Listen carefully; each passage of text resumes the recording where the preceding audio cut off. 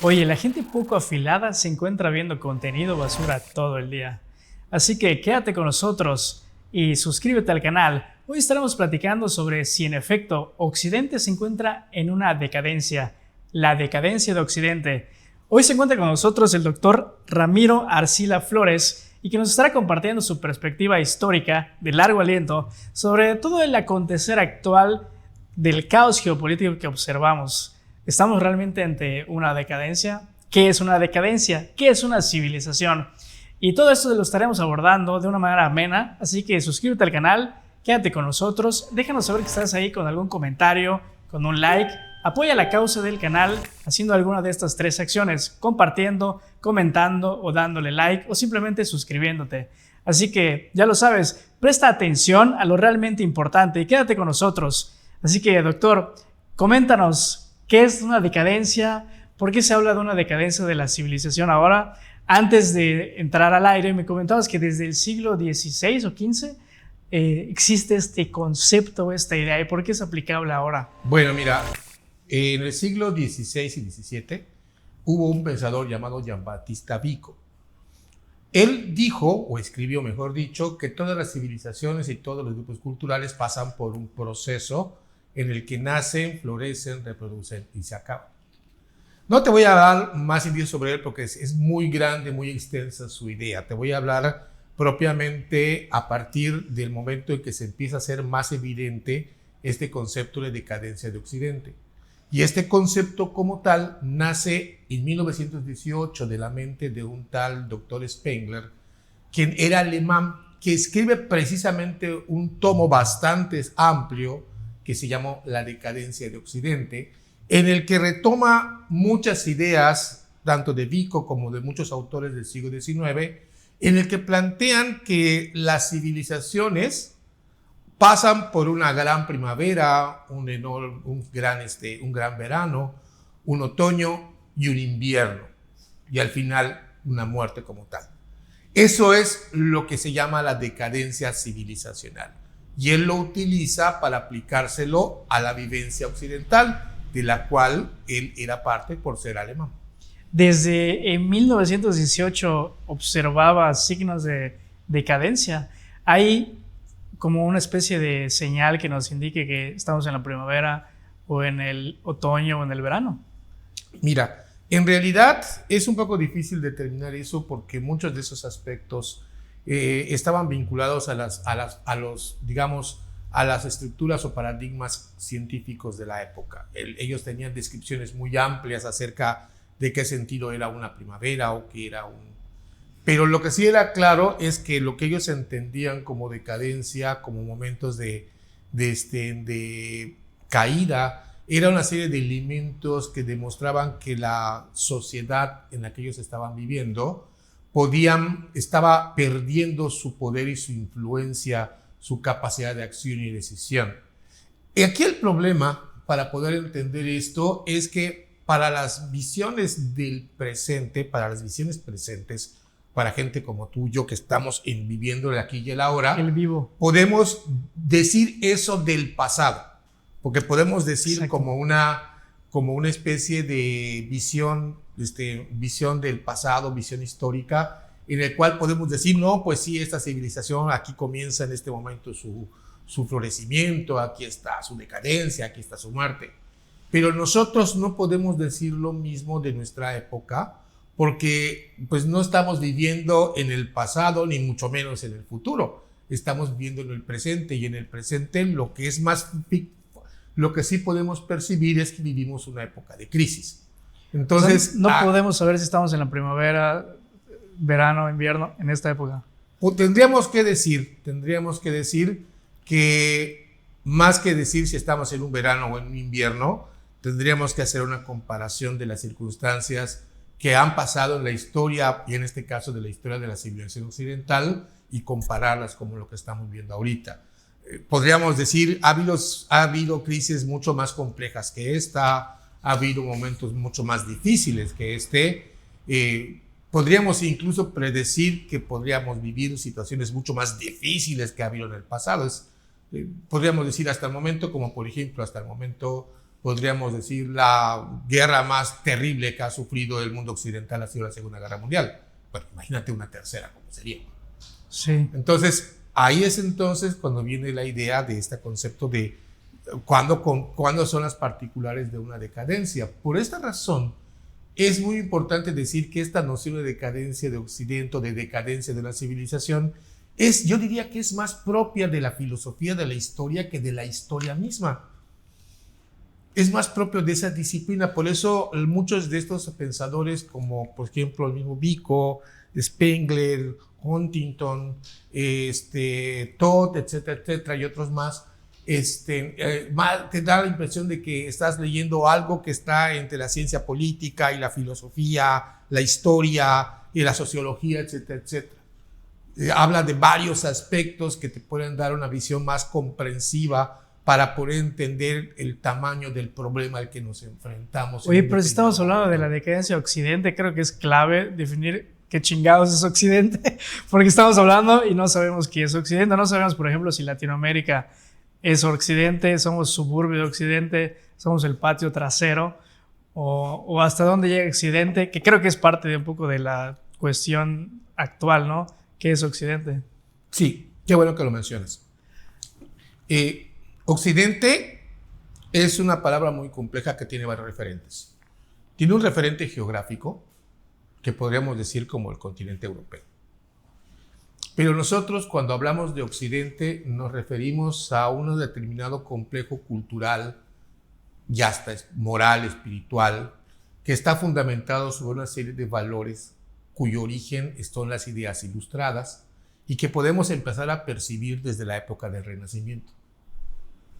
Que podemos empezar a percibir desde la época en que empiezan a escribir gente como Maquiavelo, gente como Miguel Ángel, como Erasmo de Róterdam, que empiezan a centrarse profundamente en el ser humano, en el hombre. Por eso se le llama por eso se le llama antropocentrismo.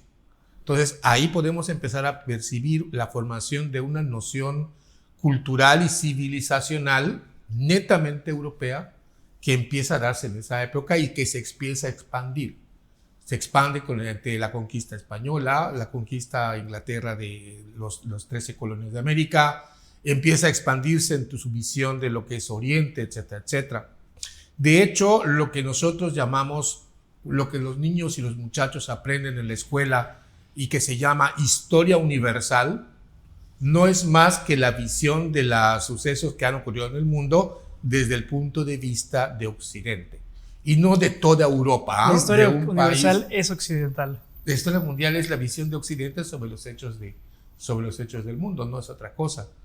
De hecho, si tú consultas un libro de historia universal, la mayoría de los datos que te da, de lo que estudia un chavo de secundaria preparatoria, la mayoría de los datos que te da es la concepción, es los hechos que sucedieron en ciertos países de Europa, porque no todos los países de Europa están vinculados a esa noción, y la perspectiva de cómo esa civilización, esos valores, esa perspectiva sobre lo que son las cosas, la ciencia y el conocimiento, se expande a otros ámbitos del mundo.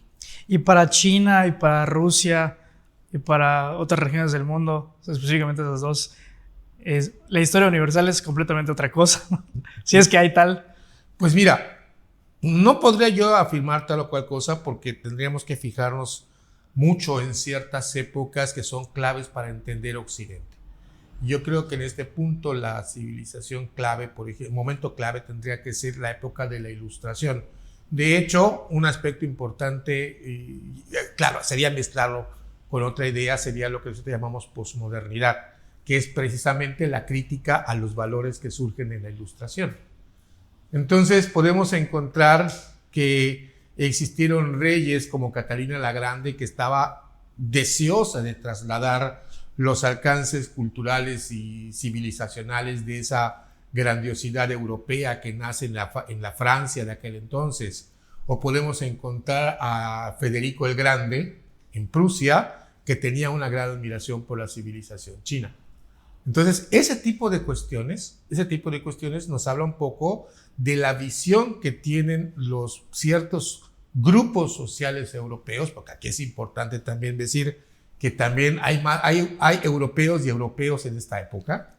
Hay más iguales que otros iguales. Hay más o iguales que otros en esta época que nos mencionan un poco esta perspectiva que está en el centro y en el fondo de la discusión de esta idea que tenemos de decadencia de Occidente. Pero ahora es interesante que lo que dices, porque me viene a la mente toda esta idea de la ruta de la seda y de, por ejemplo, la porcelana china que llegó a Europa y todo eso que tuvo una influencia, pero a veces solo se menciona de pasada. Como que esas narrativas, esos relatos históricos son elegidos, ¿no? Para servir a un propósito. De hecho, todo es elegido, no hay nada inocente. ¿Qué quiero decir con eso de que no hay nada inocente? Quiero decirte que todas las narrativas y los discursos tienen un porqué, pero sobre todo un para qué. Tienen un público objetivo, tienen una distinción hacia dónde queremos enviar o a qué queremos dar a conocer y a quién se lo queremos dar a conocer. Entonces es historia para algo. Es historia para algo. Con un objetivo. Con un objetivo. Tanto con un objetivo científico, porque al final es una disciplina científica que tiene que cumplir ciertos requerimientos, pero sí tiene un público objetivo, un público lector, un público al que yo me quiero dirigir. ¿Eso es un instrumento de propaganda? No es un instrumento de propaganda, porque hay que distinguir qué es propaganda de eso. Pero sí es un discurso vinculado a una perspectiva. Es un discurso vinculado a un punto de vista.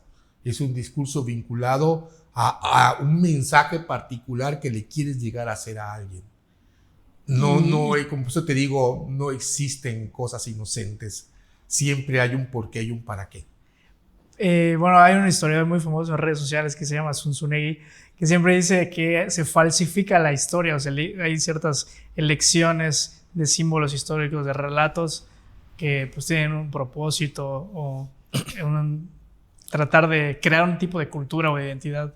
Yo nunca he pensado que exista la idea de falsificar la historia. Por lo menos un historiador profesional serio jamás realmente haría eso de falsificar la historia.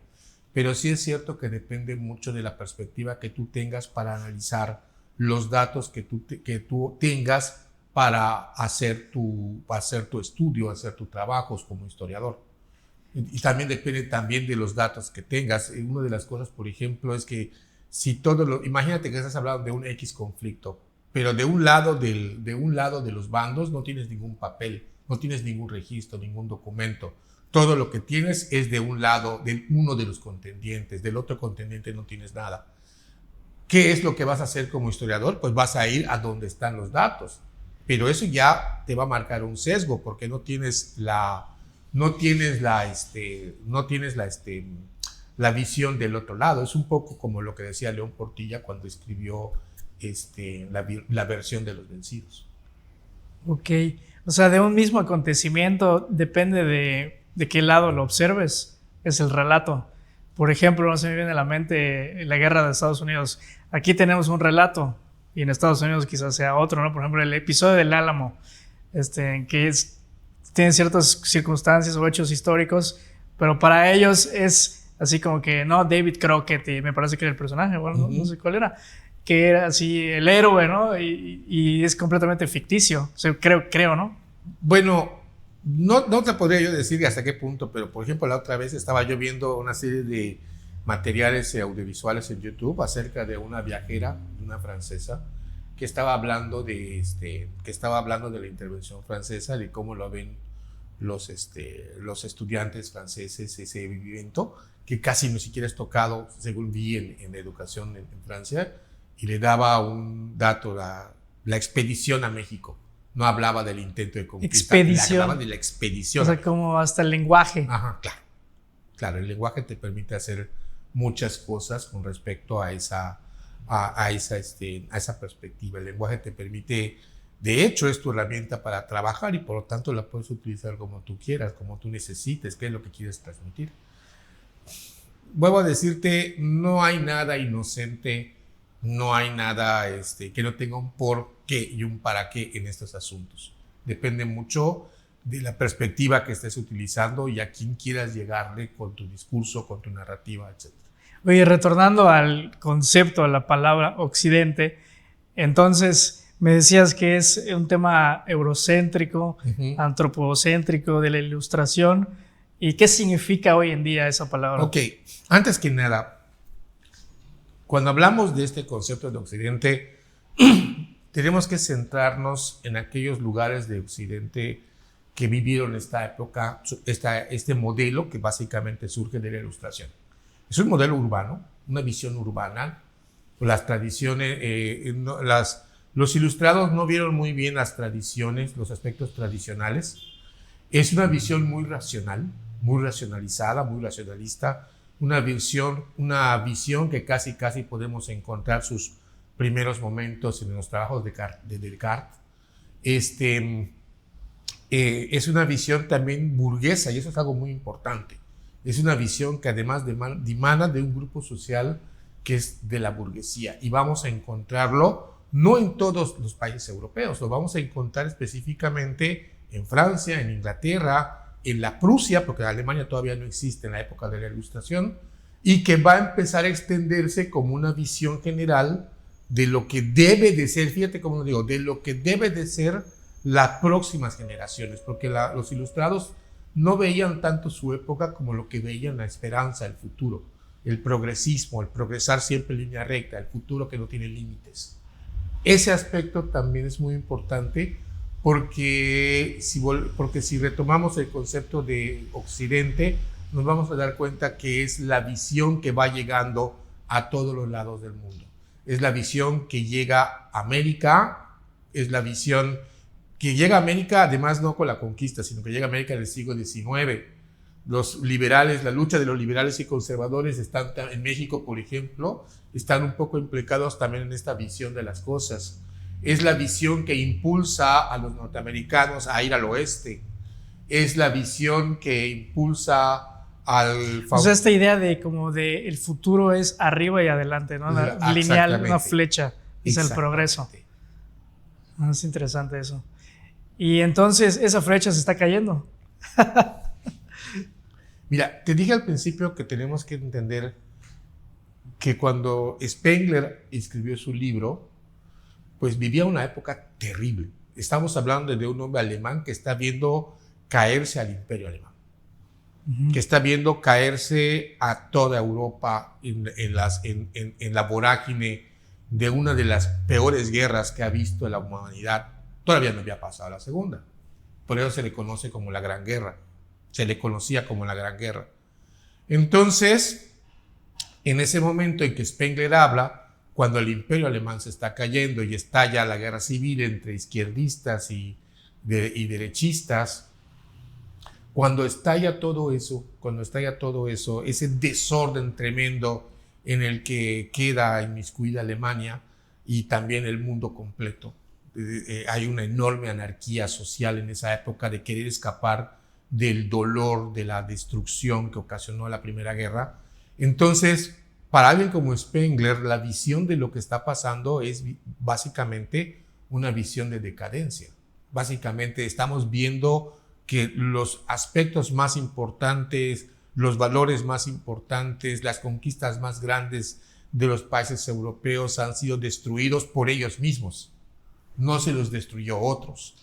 Eso es algo muy importante. Viene a ser como una especie de crisis interna. De crisis interna. Spengler percibe mucho como eso, como un problema de decadencia, porque lo ve como una crisis interna. No es algo que trajeron otros países u otras culturas. Es algo que se da al interior de esta misma Europa, de esta misma civilización, de estos mismos grupos políticos que se están destruyendo a sí mismos. Entonces, cuando vemos esto, cuando él ve esto, cuando Spengler ve esto, empieza a escribir la noción de decadencia. Estamos viviendo una decadencia, estamos viviendo el final de Occidente como tal, y es cuando empieza a crearse o a darse esta historia que luego va a ser recuperada por otros autores. Comentabas que era esencial el elemento de poder, ¿no? Para observar la decadencia. Si el poder amaina, es lo que entendí, es como se percibe que va en decadencia. Pues es muy importante tomar en cuenta que un poco la idea de poder uno de los grandes estudiosos sobre el poder fue Michel Foucault. Y una de las cosas que descubrió es que el poder está presente en todas las relaciones sociales, no solamente las cuestiones del poder político. La capacidad de lograr una transformación social, la capacidad de lograr mantener el orden, la capacidad de lograr sostener una tradición, una forma de pensar, una forma de ver las cosas, tiene que ver con una serie de condiciones que te hablan del poder de esa visión, de esa situación, de esos grupos sociales para poder mantener una postura, un lugar en el contexto de la realidad social. Y si es cierto, el poder determina muchas veces esa capacidad. ¿Qué es lo que sucede, por ejemplo, si hablamos de un ejemplo concreto de lo que sucede con haciendo una diferencia entre la actitud de Francia y la actitud de Inglaterra con respecto a sus colonias a mediados del siglo XX? Una cosa, cuando Inglaterra se da cuenta de, por ejemplo, el caso de la India, que les está saliendo más caro el caldo que las albóndigas, se empiezan a deshacer de su imperio. No fue Gandhi. No fue, sí, Gandhi fue un gran... Fue un catalizador. Un catalizador, pero la percepción de que realmente era costo-beneficio. Era algo que inevitable y que realmente sostener el imperio era algo que ya estaba por encima de las posibilidades de Inglaterra, pues eso hizo que los británicos mismos, el primer ministro, creo que era Anthony Eden, si mal no me acuerdo, dijera, no, ya no seguimos. Pero, ¿qué fue lo que hicieron los franceses? En la misma época estaban metidos en la guerra de Indochina y lucharon hasta el final, hasta que en la batalla de Bien Bien Phu no les dieron una paliza tal que se dieron cuenta de que no podían mantener bajo su poder a lo que ahora conocemos como Vietnam. Pero incluso después de haber sido golpeados de esa manera, siguieron su lucha en territorio argelino, en lo que es Argelia, por tal de mantener su dominio sobre ese territorio, y desencadenaron una siguiente guerra. Entonces podemos ver esa actitud distinta que nos habla de dos visiones distintas de uso del poder. Ajá, pero lo que quiero entender es, esto un poco denso el discurso previo, entonces, el poder, ¿cómo se conecta con la noción de decadencia? Yo creo que ese es el concepto más importante de la decadencia. Viene un poco determinado por no sabría decir si es algo así como la pérdida de poder, pero también diría como la pérdida de la capacidad de mantener una cierta estructura, una cierta influencia, una visión sobre la realidad, porque básicamente Occidente no es un espacio geográfico, es una visión sobre el mundo como tal, una serie de valores, una serie de cuestiones espirituales, hasta si quieres. Y la cuestión de este tipo que deriva en esa pérdida de esa capacidad, pues sí nos habla de una pérdida de poder, pero de esta pérdida de poder como tal, no es solamente, es que dejaron de ser capaces, ¿no? Es que también al interior de estos grupos sociales la gente empezó a perder en confianza, o empezó a perder ¿cómo te diré? Empezó a perder un poco la autoconfianza, empezó a perder la fe en aquellas estructuras sociales que estuvieron vigentes durante mucho tiempo. Yo te recomendaría que leyeras este libro de La derrota de Occidente, de Manuel Todt, en donde básicamente para este autor el problema de esa derrota de Occidente no proviene solamente del apogeo de la economía china o del poder militar ruso, no, deriva de una pérdida interna de sus propios valores, se socavó internamente, de esa posición de una religión, como él dice, una religión cero, en donde los valores cristianos, que para eso fueron fundamentales en la formación de Occidente, empiezan a ser olvidados. Y eso para él es un signo de desgaste de la misma civilización occidental, que empieza a perder la capacidad, o más bien empieza a perder su propia identidad como grupo social y cultural ante el embate de otros Justo grupos. en algún contenido igual en la red encontraba esta noción de que no existe la idea de Europa y uno de los orígenes de la identidad europea es la cristiandad. Creo que inclusive en algún punto se le decía a esa región del mundo la cristiandad. Sí. Entonces, el hecho de que la cristiandad esté en decadencia afecta a la percepción de sí mismo de Occidente. Yo no sé si la cristiandad podría entenderse como decadencia, pero lo que sí te podría decir es que sí existe una noción del cristianismo que cada vez va perdiendo la confianza de la gente, que vamos viendo un avance, un avance no de la secularización, sino de oponerse al cristianismo, de ser contrario al cristianismo. El secularismo del siglo XIX, del siglo XVIII, lo que quería, la separación Iglesia-Estado, la separación de las estructuras políticas de las estructuras eclesiásticas, cada ámbito debía tener su propio espacio de realización, pero ahora en esto que Emmanuel Todd menciona, es básicamente que toda la sociedad occidental, al perder su vínculo con esa raíz cristiana, y ojo que no está hablando de esta raíz cristiana como tal, está hablando de que al perder ese vínculo con esa raíz cristiana de Occidente también perdió su vínculo con su propia identidad, con su propio pasado, y eso la está debilitando. O sea, hay que crear una nueva identidad occidental. Eso, como ya te dije, eso de el haber que, son cuestiones futuras de las cuales no podemos decir mucho. Okay. Pero sí hay que buscar maneras de buscar soluciones a problemas concretos, porque esos problemas sí están desgastando muchos de los valores fundamentales que han fundamentado Occidente. Me acuerdo mucho los derechos humanos, la libertad individual, la secularización, etcétera. Huntington menciona 8, ahorita no los tengo completamente claros, que son algo así como los valores más importantes de Occidente. Ahorita no me acuerdo cuáles, después de ese momento podemos buscarlos.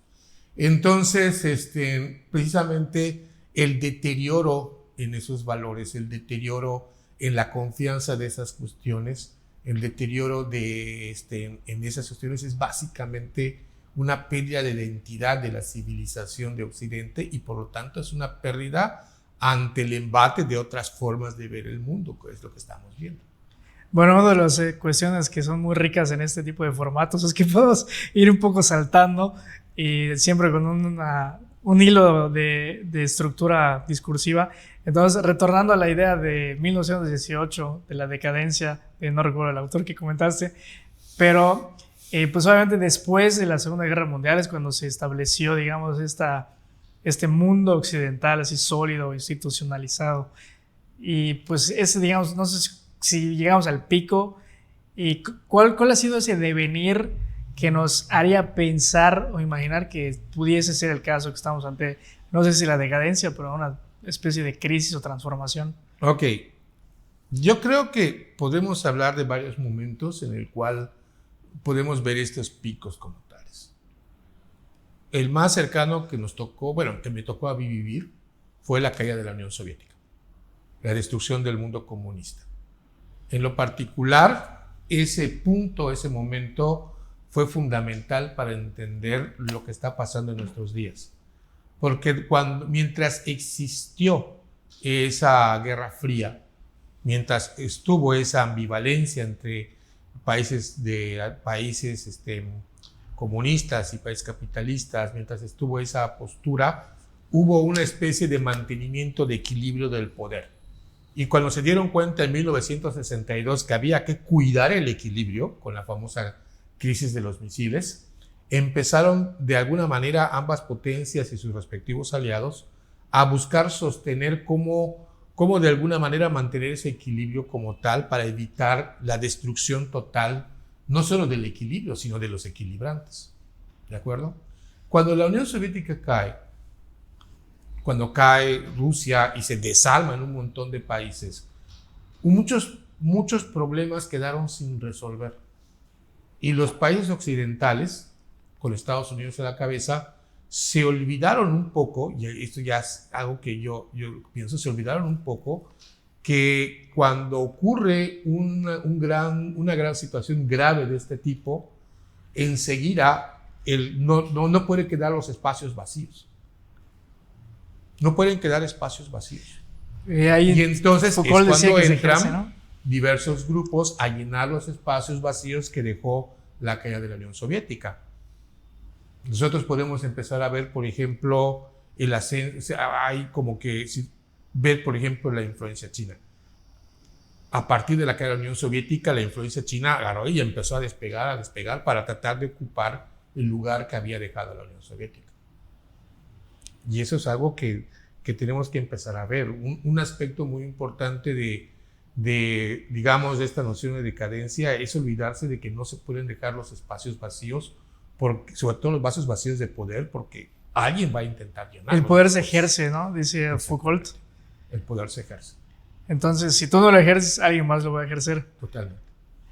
Y esta cuestión de, por ejemplo, en los Estados Unidos, que llegamos a este pináculo de dominio internacional, pues se dice, una de las características de Occidente es democracia liberal, capitalismo. ¿Podría Occidente evolucionar a ser una especie de Occidente menos capitalista, menos democrático? ¿Tendría sentido hablar de eso? A mí me parece que tratar de trasladar esos problemas, sobre todo lo que es cómo vamos a resolver los problemas que tenemos, nos puede llevar a algunas paradojas. En el siglo XVIII, por ejemplo, se pensaba que el liberalismo político, o sea, el liberalismo democrático, la igualdad de derechos, la igualdad ante la ley, la igualdad en todo ese tipo de cuestiones, al liberalismo individual, iban pegados junto a lo que es el liberalismo económico, es decir, la libertad de comercio, el libre mercado, los límites del Estado frente al mercado. Ahora sabemos que una cosa puede sobrevivirse en la otra. Esa es una de las cosas primeras. La segunda es que tratar de buscar soluciones a los conflictos que estamos viviendo se está volviendo cada vez más imperativo, porque no solamente esos conflictos pueden ser muy dañinos en el momento concreto, sino que además tienen la potencialidad de ser devastadores. Y esto no lo digo solamente con los conflictos que estamos viviendo, los conflictos bélicos que estamos viviendo, sino con otro tipo de conflictos cuyo origen podemos encontrar en la Ilustración, por ejemplo, el cambio climático. El siglo XVIII pensaba que nosotros podíamos dominar la naturaleza y tener una relación con ella de acuerdo a nuestros intereses. Sí, chucha, ¿cómo no? Ya ahora tenemos aquí en Yucatán vivimos un eterno verano. De por sí siempre. No es cierto. O sea, ve las fotografías de inicios del siglo XX. Si tú ves muchas fotografías del siglo XX, vas a poder gente que tiene traje. En diciembre. De traje. En febrero. No sé, pero aún en diciembre trata de ponerte un traje a ver qué me dices. No, imposible. Entonces, si ves, por ejemplo, esas fotografías de inicios del siglo XX, vas a poder ver gente que usaba comúnmente manga larga, que usaba comúnmente traje, que usaba ropa que ahora denominaríamos como muy pesada para el clima que tenemos. ¿Qué pasó? ¿Por qué no la podemos usar como antes? Entonces, eso nos está diciendo que no podemos mantener ese sistema de creencias tal y como lo tenemos. Tenemos que empezar a buscar soluciones. Tenemos que empezar a buscar soluciones porque además no se trata solamente de nosotros, y es lo que yo te quería hablar del futuro. El problema es que para nosotros pueden ser importantes crisis y no las podemos ver solamente como decadencia, porque de hecho hay todo un lío cultural que he estado revisando con el concepto de crisis y la relación con la decadencia. ¿Por qué? No es lo mismo. No es lo mismo, pero si no resolvemos las crisis que tenemos, entonces se va a volver una verdadera decadencia de la que no vamos a poder salir. Algo así como sucedió con el Imperio Romano. ¿Cuánto tiempo tardó el Imperio Romano en caer? Tardó mucho. Ese es el otro problema. Podemos creer en la idea de que todavía falta mucho. Todavía falta mucho. Pero sí hay casos en que puede ser súbito. Sí puede pasar eso, pero es algo así como que sucediera no sé, un conflicto gravísimo, ¿no? La caída de todo un sistema en unos cuantos años debido a un guerra conflicto civil en los bélico, Estados una Unidos, guerra civil en por Estados ejemplo. Unidos, o una guerra entre varias naciones, o por ejemplo, con lo que vio Spengler en la Primera Guerra Mundial, o sea, los propios, si tú ves, por ejemplo, las fotografías, hay una serie de fotografías de la Plaza de París, las plazas más importantes de Berlín y de Inglaterra, donde cuando se declara la guerra, la gente está pegando gritos, ¡viva Inglaterra! ¡Viva el rey! ¡Viva Francia! Y la gente está, yo me acuerdo parte del discurso del Kaiser, ha llegado la hora de que hable la espada. Y de repente, ¿cómo queda el mundo después de 4 años de guerra? Están todos aterrados. No buscan la manera de cómo parar aquella carnicería. Quedaron todos aterrados cuando de repente en Ekaterimburgo a un grupo de asesinos se le ocurrió matar a toda una familia.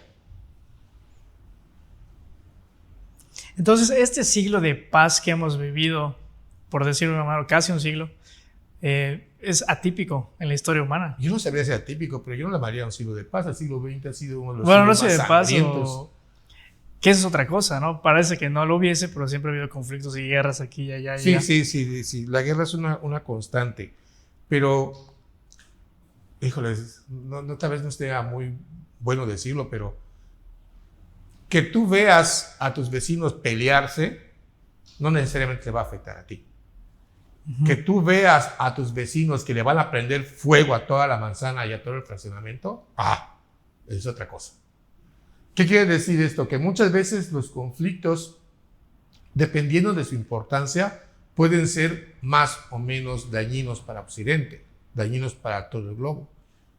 Pero eso no quiere decir, por ejemplo, que no haya que atenderlos. Por ejemplo, sé que en África ahorita hay un conflicto muy grande en el centro de África. ¿Dónde ves las noticias sobre ese conflicto? Ni yo me acuerdo cuál O es. apenas y a veces sale algo de Yemen, ¿no? Creo que es no en Yemen, creo que es en el Congo o algo así. Sí. Algo así. ¿Cuántas veces aparece en el noticiero algo sobre ese conflicto? Pero ve las noticias sobre el conflicto de Ucrania. Todos los días. Todos los días. Eso quiere decir que en términos geopolíticos, la importancia de las consecuencias que puede determinar ese conflicto son mucho más grandes que lo que pueda pasar en el centro de África. Y esta actitud aparentemente que está tomando los Estados Unidos de que sean mis vecinos los que se peleen, ¿yo para qué me meto en el tema de Ucrania, no? Puede ser. Sí, y es que además hay que tomar en cuenta una cosa. Trump los acusa de muchas cosas a los europeos, muchas de ellas injustas. Pero lo malo de la gente de como Trump es que a veces dicen cosas que son ciertas. Y eso los hace muy peligrosos. En el caso de Trump, cuando él acusa a la OTAN y a las naciones europeas de no pagar su propia defensa, es algo que se venía diciendo desde la época de Barack Obama. Claro, Barack Obama era mucho más diplomático. Barack Obama era mucho más... Era la onda. Era mucho la onda. Imagínate el primer presidente de origen afroamericano que llega a Estados Unidos. Era la onda, pero deportó un chingo de mexicanos. Puedes lo que tú quieras, pero imagínate que por fin haya llegado un presidente de origen de afroamericano a la presidencia de la Casa Blanca. Era algo impresionante, como quiera que sea. Sí. Aunque resultó bastante tradicional en sus cosas, pero el hecho mismo de que haya sido afroamericano estaba diciendo ciertas cosas. Y sin embargo, con toda su diplomacia no dejó de marcar la idea de, oigan, señores ya europeos, pues dicen las normas de la OTAN que tienen que dar el 2% de su Producto Interno Bruto y yo no lo veo, yo estoy pagando. Uh-huh.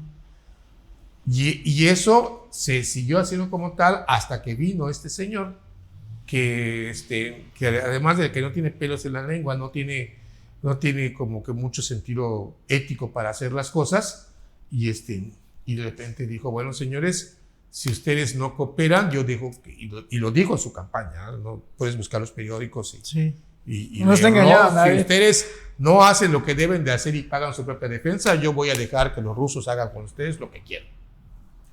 Inclusive hasta buscar las noticias eso. Pareciese que hay una especie de alianza, no sé si tácita o expresa, entre Putin y Trump. No sé si haya tal alianza, pero lo que sí sé es que Trump percibe que para ese conflicto de Ucrania, para ellos, no es tan importante como lo fue para Biden. Porque Biden se sintió más ligado a sus homólogos europeos. Trump no se siente ligado a ellos. Y retomando el tema del hilo histórico, alguien me hizo observar que estamos, como viendo, en los años 20 del siglo XXI, estamos observando un paralelismo histórico con los años 20 del siglo pasado, en 1920, por el alza del fascismo, lo que unos podrían decir que es fascismo, los nacionalismos, el rearme, los temores de conflicto real, bélico, físico. ¿Cómo observas este paralelismo, esto que se dice? ¿Tiene sentido? Mira, voy a volver al siglo XVIII y te voy a decir que adelante. Decía algo que podríamos sintetizar de esta manera. La historia no se repite, pero rima. Pero rime. Pero rima. Rima. ¿De acuerdo? Eso ya te imaginas qué quiere decir. Quiere decir que muchas de las circunstancias pueden parecerte vinculadas y puedes reconocer algunos de los problemas del pasado en el presente. No que sean los mismos, pero sí puedes reconocer algunos aspectos. Y no necesariamente van a tener la misma secuencia. Claro, no necesariamente van a tener la misma secuencia. Pero, al menos, y es aquí donde viene y la preocupación mía como profesional, y por qué no también como ser humano y como padre de familia, es la preocupación por el futuro de tus más cercanos, por el futuro de tus hijos, de tu familia, de los que vienen, incluso de aquellos de familiares tuyos que no vas a conocer, tus propios nietos o bisnietos. ¿Qué mundo les va a dejar tu generación? Yo ya tengo 55 años. Lo que hizo las barbaridades de mi generación, muchas de esas están empezando a empezar a verse, otras están empezando a solucionarse, pero las generaciones más cercanas van a tener que empezar a enfrentarse a los problemas no resueltos que les deja esta época, y eso es algo muy importante en este concepto de decadencia. O sea, los problemas no resueltos de esta época, los problemas que estas generaciones no resuelvan, no solamente no van a ser olvidados, se van a empeorar. El cambio climático es el ejemplo más claro de esto.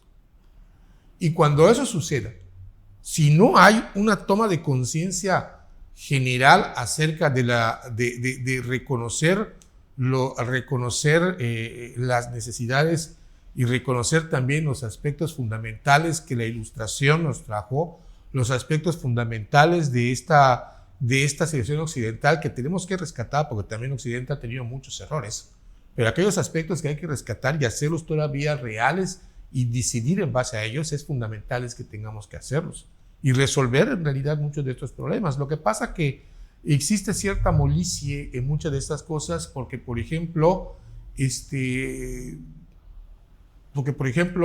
el problema ambiental, por así decirlo, implica algo que a nuestra generación y a la siguiente no le va a gustar. Por eso es muy difícil hablar de ello. Se va a tener que apretar el cinturón, porque va a tener que renunciar para que de verdad haya una solución al cambio climático. Vamos a tener que apretarnos el cinturón y dejar de consumir de la manera en que consumimos. Ese no solamente no es un problema político y económico o tecnológico, es también un problema moral. Y es algo muy importante en este problema que estamos viviendo. Muchos de los problemas que tenemos en términos que estamos viviendo tienen un trasfondo moral. No son solamente económicos o políticos, son también un problema moral, espiritual. Tenemos que empezar a ver también esa perspectiva. La perspectiva moral, ¿cómo podríamos construir esa moralidad nueva? Buena pregunta. Yo creo que primeramente tenemos que empezar a rescatar del pasado aquellas cosas que todavía funcionan, que son importantes. Por ejemplo, entender que no nos podemos dejar llevar por las emociones o los sentimientos, sino que tenemos que ser un poco más racionales en nuestras discusiones. Otra cosa muy importante es rescatar el valor. Puede parecer muy trillado porque es muy fácil recurrir a esta idea, pero tiene que rescatar el valor del diálogo y del compromiso. Rescatar el valor de la autoridad, el uso del poder como una acción legítima. empezar a recuperar también la situación muy particular con respecto a los derechos humanos, pero los derechos humanos entendidos no solamente como algo, como los límites del Estado frente a las personas, sino también como los límites de las generacionales entre lo que nosotros debemos de pensar para las generaciones que vienen. Tenemos que empezar también en que las generaciones que vienen también hay que respetarles sus derechos. Dices retomar el poder, pero sí lo que observamos es precisamente una crisis del poder o una especie de consolidación en personajes que pudieran decirse que son autócratas. Entonces, yo lo que observo es que está chocando lo que el deber ser con la realidad, ¿no? Sí. Y bienvenido al mundo de las ciencias sociales y de la filosofía. Y en todo esto, por ejemplo, la tecnología y la comunicación ha tenido una vorágine, una evolución. Es parte de, tal vez dicen, las nuevas tecnologías de información nos están haciendo más tontos. Y toda esta parte tecnológica, la evolución tecnológica, ¿qué papel observas que ha tenido en este último siglo? Mira, no voy a entrar en muchos detalles con eso, pero te voy a hablar de mi experiencia con las inteligencias artificiales. ¿De acuerdo? He tomado algunos cursos que me han pedido en el trabajo, que yo haga algunas cosas. ¿Y qué es lo que ha resultado? Cuando tú haces un trabajo que utilizas a la inteligencia artificial para que de verdad te funcione y de verdad te sirva, tienes que saber sobre lo que le estás pidiendo. Tienes que saber sobre lo que estás haciendo. No puedes entrar en cero. Es una herramienta, no va a ser la parte más importante del trabajo. Cuando utilizas a la inteligencia artificial, no la va a hacer la inteligencia artificial, la vas a hacer tú. No podemos confiar en ella para ese tipo de cosas. Fíjate, cuando empezamos a planear esta entrevista, había un autor que se llama, que escribió un libro que se llama La idea de la decadencia en la historia de Occidente, que es otro libro importante, pero es un libro que no había yo podido leer, así que empecé a tratar de buscarlo. Y cuando por fin pude buscar algunos extractos de él, porque no está disponible en el mercado, pude empezar a leerlo. Y entonces encontré muchos aspectos importantes para preparar esta plática. Cuando me di cuenta, tenía que preguntarle a la inteligencia artificial, oye, háblame de esto con relación a esto. Fíjate que encontré estas ideas que están vinculadas a estas ideas. ¿Podrías, por favor, explicarme qué relación? ¿Podrías ayudarme a encontrar qué es? O sea, cuando te pones a usar esa cosa, te das cuenta que realmente lo que hacen esas inteligencias artificiales es que tienes que saber del tema para que realmente te sea útil. Sí. O sea, al final, ellas mismas te lo dicen, somos herramientas, no vamos a hacer tu trabajo. Y eso realmente te habla mucho de esta cuestión. ¿Qué es lo que sucede? Que la actitud sobre todo de los estudiantes, que yo lo veo mucho, de utilizar la inteligencia para que les haga su trabajo, entonces sí hace que estas tecnologías se vuelvan una carga. Pero, y aquí lamentablemente que voy a decirlo, yo, por ejemplo, dentro de unos años, 10 años más, espero, ojalá sea posible, me voy a retirar de trabajar. Ya mi tiempo laboral habrá pasado, espero. Pero la gente joven, mis hijos, mis nietos, van a estar en el momento de ponerse a chambear. Lo que ellos no hayan logrado como estudiantes en este momento, lo van a tener que pagar en el futuro. Y eso lo puedes ver completamente tú. O sea, tú eres mucho más joven que yo y vas a poder percibir esa situación que se está viviendo ante esas situaciones que se están viviendo generacionales, que implican de alguna manera demasiada confianza en las tecnologías sin realmente darles el valor que deben de tener. Hay que trabajar con ellas, no hacer que trabajen para ti, que hagan tu trabajo. Hay que trabajar con ellas para que tu trabajo sea mejor. Y ese es un problema que está en el centro no solamente de la cuestión ética, sino en el centro también de una cuestión una cuestión tecnológica, sino también en el centro de una cuestión ética.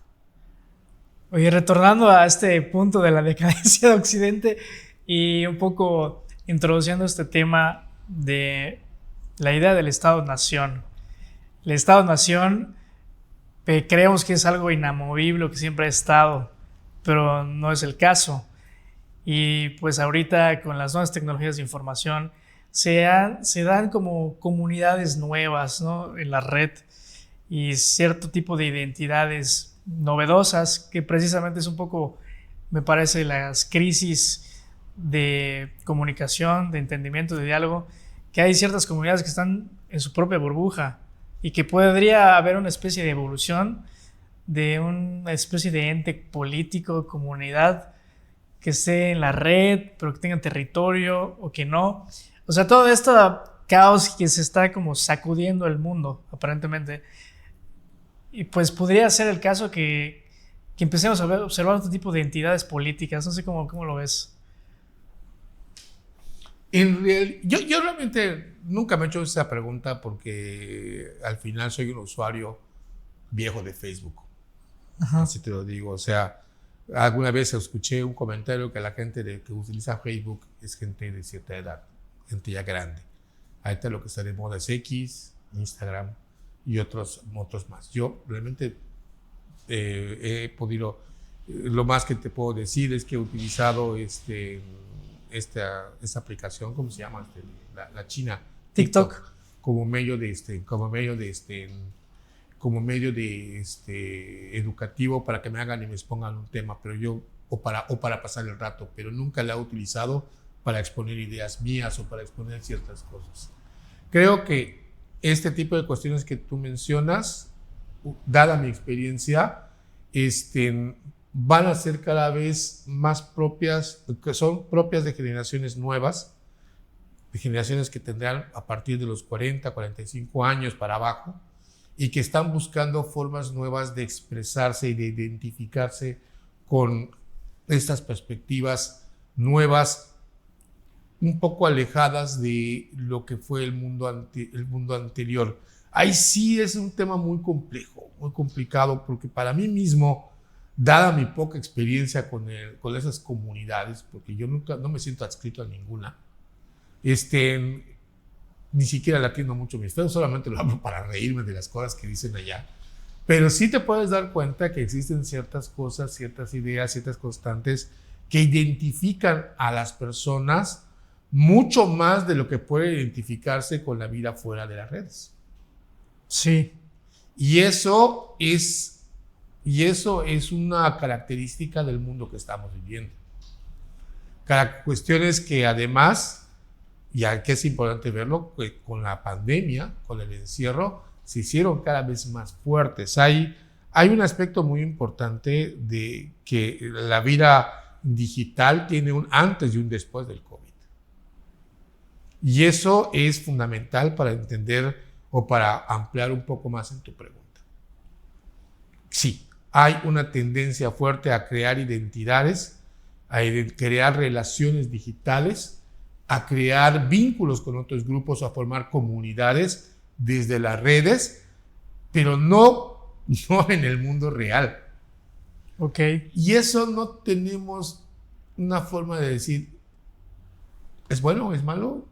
Sí, como que queda un poco el vaciado, queda así como que sin respuesta, porque al final, como ya te digo, o sea, mi propia experiencia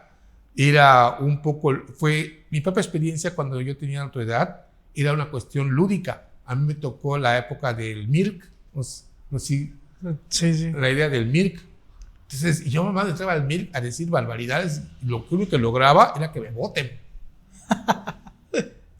Sabía que había gente que estaba todo el día metido en eso, pero fuera de ese espacio, fuera de los aspectos lúdicos, luego entré a Facebook. Pero después de todo eso, nunca tuve Instagram, nunca tuve X, nunca tuve Twitter, nada de eso.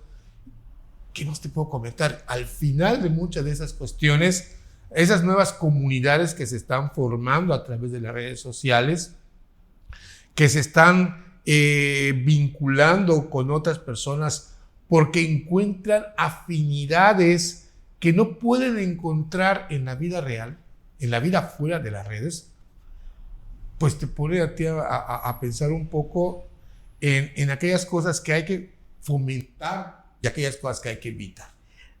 Sí, aunque creo que un poco la idea que quiero expresar es esta forma de organización de estados, así como entidades inamovibles que siempre han estado, quizás se haga más líquida lo que observo, ¿no? Por ejemplo, alguien había dicho, bueno, en el siglo XIX las fronteras de México eran otras y estas fronteras que tenemos que aparentemente son así muy, muy firmes, pues realmente no lo son. En cualquier momento pueden cambiar, o lo que ocurre en Ucrania, o lo que puede ocurrir en otras zonas del mundo. Entonces, fronteras, estados, toda esa mezcla, ese cóctel, ¿no? Que pueden tal vez surgir otro tipo de formas de organización que ni siquiera tenemos idea ahorita, ¿no? Pues es que la idea del Estado-Nación, como nace en el siglo XIX, su historia del Estado-Nación, está muy vinculado primeramente a quienes lo crearon, a esa idea, quienes la crearon. La idea, siempre me ha llamado la atención de que esta idea que recoge los elementos culturales, como decía este famoso pensador Herder del siglo XVIII, en aquel, el Volksturm, a ver si está bien pronunciada la palabra, el pueblo, la identidad, el lenguaje, sus narraciones. Eso es lo que identifica a este grupo. Entonces vamos a construir el Estado a partir de esas identidades. ¿Y quién desea eso? Pues resulta que no era el pueblo, era la burguesía. La élite. La élite. Muchas veces esa élite no compartía tales cosas con esos grupos sociales, a los cuales decía son los elementos fundamentales de la herencia. Y si volvemos a hablar de la herencia francesa, de la nación francesa, de la nación alemana. Yo me acuerdo muy bien un libro que leí cuando estaba haciendo mis trabajos históricos, hablaba, es que la raza francesa y la raza alemana, ¿cómo se atreve a hablar de ese tipo de esa relación de sustantivos con semejantes adjetivos? Como que esa fuese la razón de ser de la nación. Exactamente, como si eso fuera la razón de ser de la nación. Y sin embargo, la razón de ser del Estado-Nación no es solamente la cuestión cultural, es la cuestión de la acción política, de la acción de la soberanía, de la acción del ejercicio del poder del Estado. Pero es un relato, ¿no? Es un relato, sí, porque al fin y al cabo es un discurso, pero también tiene una manifestación real en los estados que se formaron y que todavía siguen siendo los actores fundamentales de las relaciones internacionales. En ese sentido, las fronteras, lo que pasa es que hay que tomar en cuenta un poquito que la idea de fronteras es un concepto que no es absoluto, o sea, solamente es absoluto en los libros, pero realmente en términos de lo que pasa realmente en una frontera, como dicen sobre todo las redes sociales, es una línea de contacto entre grupos sociales. Una frontera siempre va a ser una línea de contacto entre idiomas, entre comercios, entre visiones, entre identidades, entre personas, etcétera, etcétera. Y eso es algo muy importante porque al final las fronteras tienden a ser más fluidas, las fronteras de los estados tienden a ser más fluidas de lo que realmente les gustaría a las autoridades que lo sean. Por ejemplo, me viene a la mente de este fenómeno de, no es discriminación ni nada, pero de musulmanización de Francia o de Europa, o islamificación, creo que es la palabra.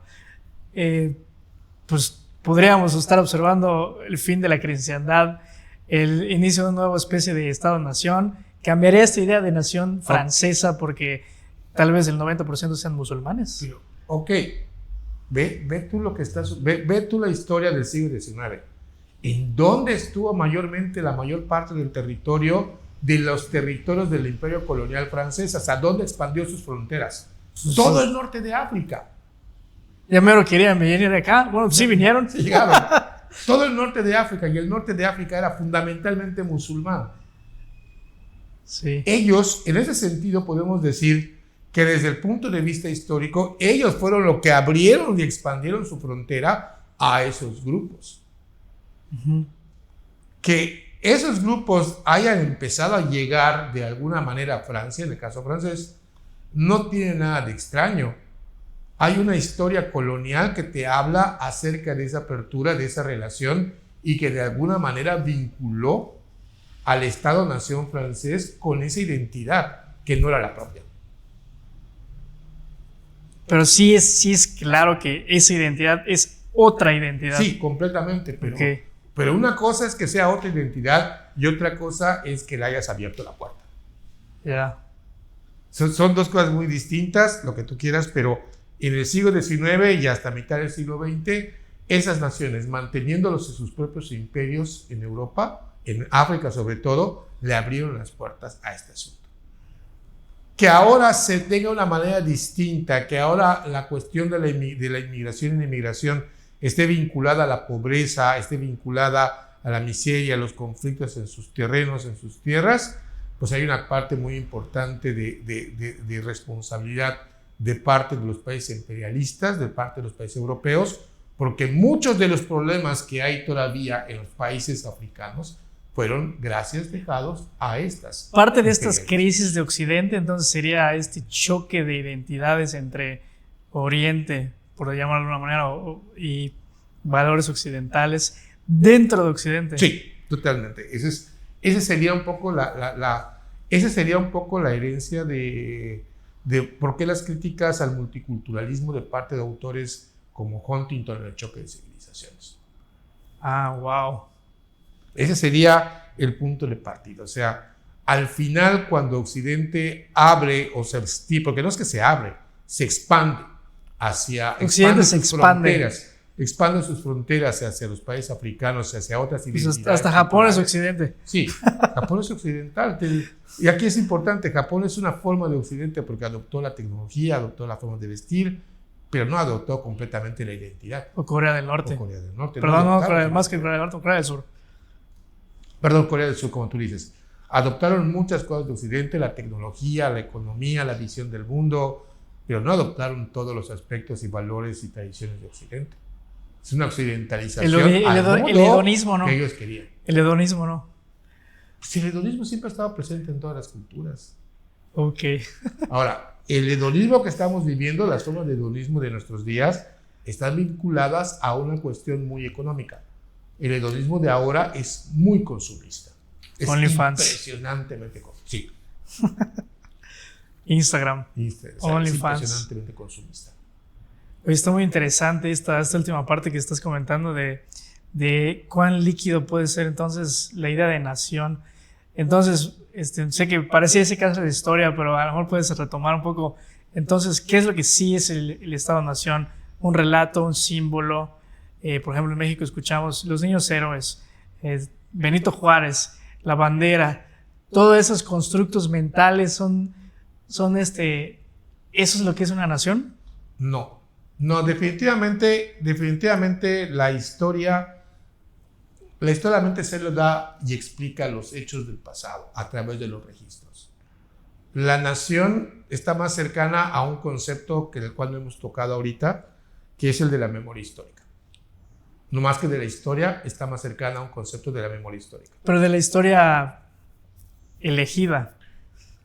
En parte la historia elegida, pero al final la elección de esa historia depende de quién, depende de qué.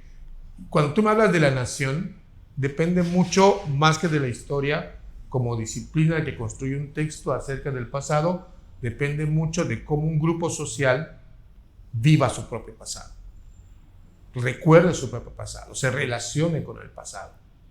Y esa cuestión de la memoria histórica también estaría más cercana a la idea de nación que la propia historia, que es utilizada para darle sentido que puede ser utilizada, y aquí es donde viene el problema, de algo que los historiadores han venido peleando siempre, de cómo puede ser utilizada la historia para justificar o para darle sentido a una determinada estructura política. Perdón, quiero entender, memoria histórica no es lo mismo que historia. Así es, no es lo mismo. El memoria histórica son los hechos. No, la memoria histórica viene siendo como la manera en cómo el presente vive el pasado, recuerda el pasado. El registro presente de la historia. Por así decirlo, viene siendo así como, por ejemplo, cuando vamos todos a... Cuando llega, por ejemplo, el día del festejo de algún... La revolución, héroe por ejemplo, de la ¿no? revolución. Hacemos una gran manifestación, hacemos un gran desfile, todos gritamos, ¡viva la revolución! ¡Viva los héroes! Todo ese discurso. Esas emociones, esas relaciones, esas nos hablan de una identidad que está vinculada a un hecho del pasado. Okay. Esa forma de hacer esas cosas, de recordar esos hechos, esa opinión que tenemos de esos eventos, esa vivencia social que están vinculadas a esos eventos del pasado, es lo que más o menos podríamos decir como memoria histórica. Y es algo más cercano a lo que tú quieres hablar del Estado-Nación. Ok.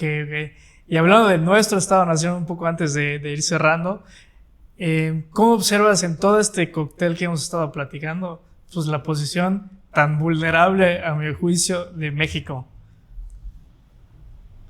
¿Qué es desde el desvenir histórico, digamos, presente o reciente a actual, ¿cómo observas qué es lo que puede hacer un país como México ante esta situación? Yo creo que tenemos que empezar a percibir que existe una realidad que no podemos negar. Tenemos asuntos propios que tenemos que empezar a resolver antes de querer pretender resolver los ajenos. Y eso es algo muy importante, en el sentido de que sabemos que podemos tener una preocupación sobre lo que sucede en el mundo externo a nosotros, pero por mucho que queramos hacer presente nuestra voz y tratar de solucionar algún conflicto internacional, sabemos que nuestra capacidad de influir en esas decisiones es poca. Así que como país, como México como tal, creo que lo primero que tiene que empezar a tratar de resolver son sus relaciones más directas. Y aquí tenemos que hablar necesariamente del actuar del presidente Trump. Okay. O sea, es el país, les guste o no nos guste, a todos lo que sean, es el país con el que tenemos nuestras relaciones económicas y políticas y sociales más importantes, sea como quieran hacerlo. Aunque nuestra identidad como países latinoamericanos esté para hacia el sur, nuestros ojos hacia el futuro, los ojos económicos y políticos están puestos hacia el norte, nos guste o no. ¿Y si nos suben el muro y nos cierran y nos cortan la llave? Eso podría suceder, pero ya está sucediendo. Ya está sucediendo, pero en realidad... Igual puede ser algo transitorio en los Estados Unidos. Igual puede ser algo transitorio en los Estados Unidos. Sí. Igualmente... En 4 años. En 4 años no sabemos qué podrá pasar. Lo importante, fíjate, podemos hablar de dos cosas. Fíjate, por ejemplo, con esa cuestión de los aranceles que ha puesto Trump, la respuesta tan distinta que ha tenido México si la comparamos con Canadá. Mientras que el actual gobierno mexicano ha tratado de buscar convenios, por lo menos lo que dice la prensa, de buscar convenios, acá sí y acá no, vamos a tolerar este punto y aquí se los vamos a amarrar a ellos. Lo que dice la prensa con respecto a Canadá, si los pones lo mismo, pues hacemos lo mismo, va. A ellos tal vez les convenga, a nosotros no. Ok. No podemos responder con la misma fortaleza. No podemos responder con la misma fortaleza. Los flojitos y cooperan. Pero no, tampoco se trata de eso, porque fíjate, hay ciertas cosas que sí podemos hacer. Por ejemplo, me vas a poner, por ejemplo, solo un ejemplo. Me vas a poner impuestos allá. Aranceles. Sí, aranceles, ok. Pues fíjate, qué curioso. Ahora, de lo que te compraba de maíz para sustentar mis necesidades, ahora solo te voy a comprar la mitad y la otra mitad te la voy a comprar a otro país. Pero es cierto, yo pienso que igual, o sea, estamos al lado de la gran potencia. O sea, México sí tiene un peso geopolítico. Y que a lo mejor nosotros mismos nos hacemos menos y que no lo sabemos valorar o hacer o ejercer. Tal vez tengamos que empezar a pensar cuál es nuestro valor como México, como país, nuestro verdadero valor geopolítico. Pero creo que no solamente se trata de, y aquí sí nos metemos en camisa de 11 varas, no creo que solamente se trata de reconocerlo, sino también de saber usar. También de saber ejercerlo. O sea, no vamos a malgastar el capital político que pueda tener nuestro país en otro tipo en las circunstancias internacionales, en aquellos aspectos en los cuales no podamos aportar nada. Eso es algo que es muy importante. De la opinión al hecho hay cierta distancia. Ok, entonces hablando de la decadencia de Occidente, pues ¿cómo diferenciar una crisis de realmente una decadencia? Comentabas que pues a veces siempre hay como una especie de pesimismo, ¿no? En ciertos círculos académicos o etcétera, que siempre estamos al fin del mundo, pero ¿cómo saber que no es nada más una especie de transición normal, una época de, pues no sé, un verano que luego, o un otoño, invierno, pero luego vendrá otra primavera? Bueno, la verdad es que una de las cosas que tiene la idea de decadencia de Occidente es que si hablamos de esos conceptos así, de una manera, así fijándonos y dando como definidos los conceptos y los decimos, mira, aquí están las pruebas de lo que está pasando, mira, aquí vemos cómo Europa se está despedazando, cómo los sueños europeos se están quebrando, cómo cada vez menos cómo cada vez menos ciertos países que no son occidentales están tomando el poder. Pues sí, si lo vemos así, sí podemos hablar de que estamos en una verdadera decadencia. Pero el hecho es de que no somos adivinos, no tenemos una botella de cristal o una bola de cristal para saber qué es lo que va a suceder.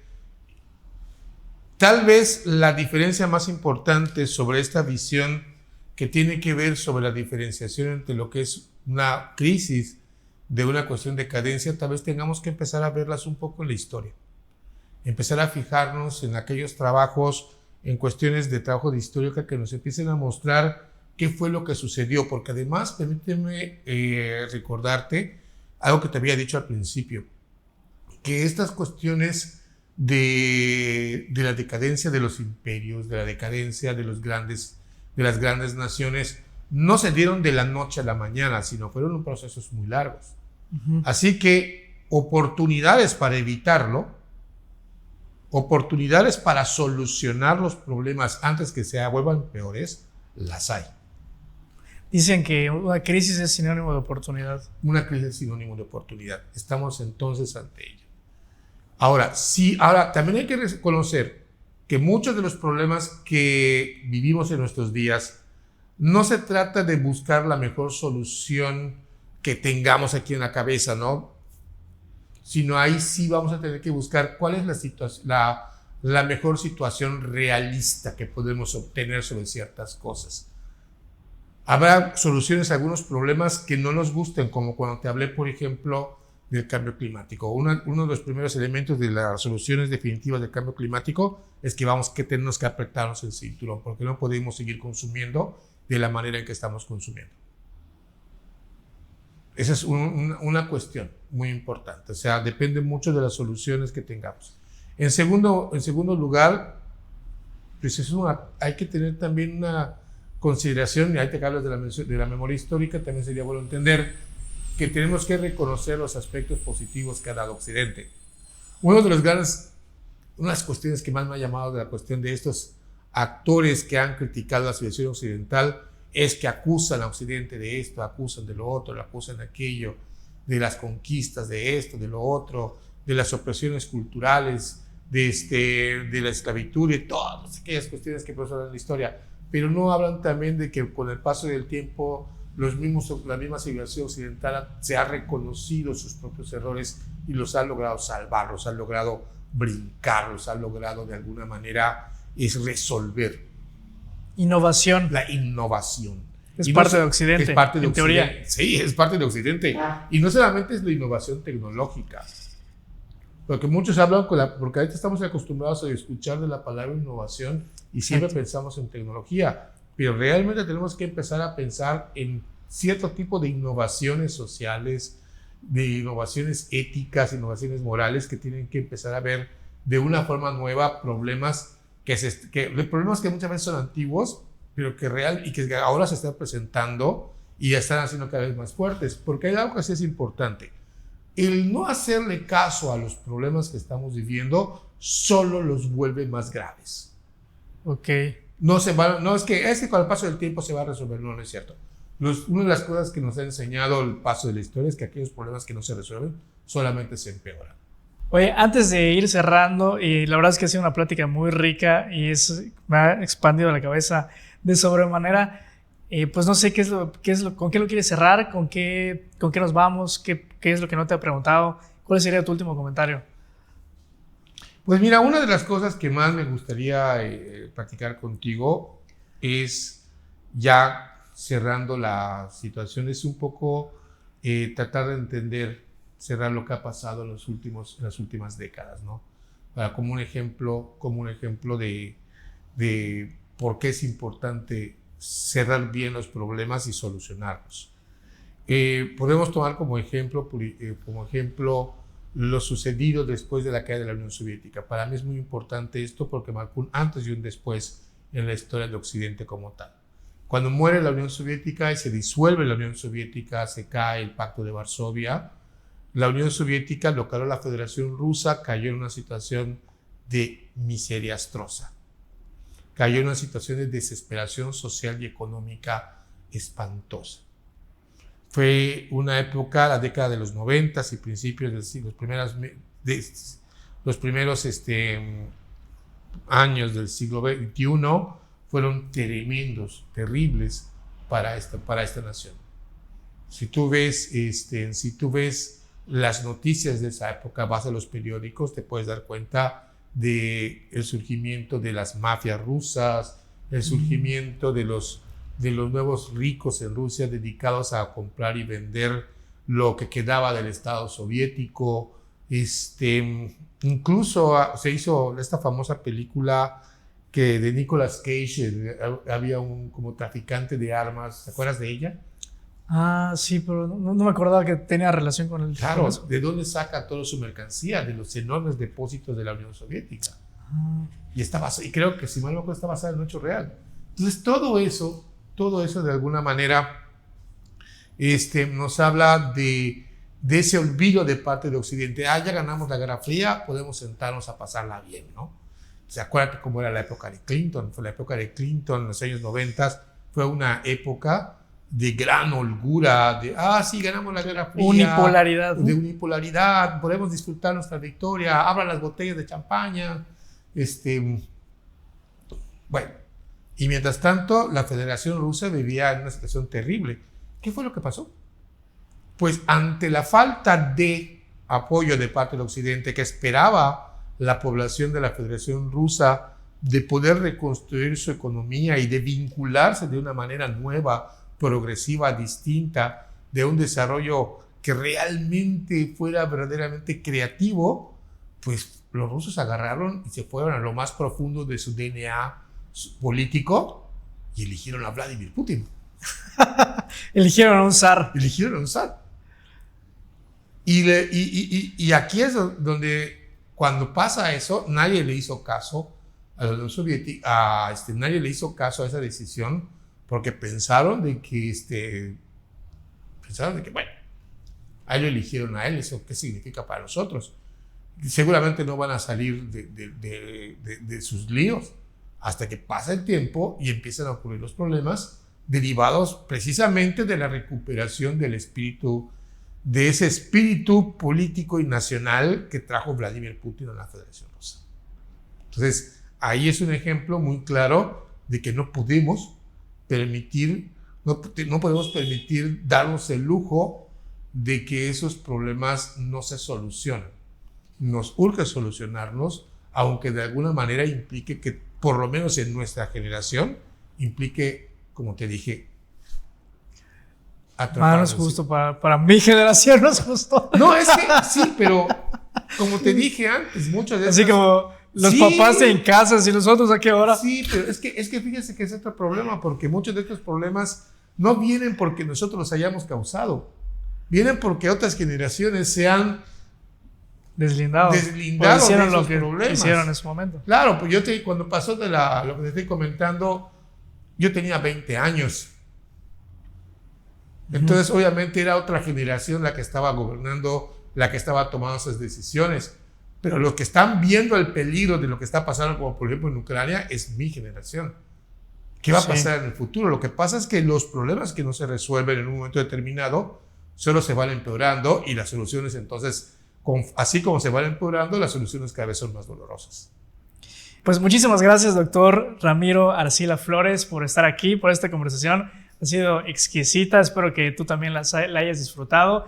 Y pues muchas gracias por el regalo de tu atención. Recuerda siempre suscribirte al canal, deja tus comentarios, qué opinas de todo lo que está aconteciendo. Déjate un like y déjanos saber que estás ahí, suscríbete al canal y presta atención a las redes del Encuentro con Gustavo Herrera para un próximo episodio. Muchas gracias y hasta la próxima.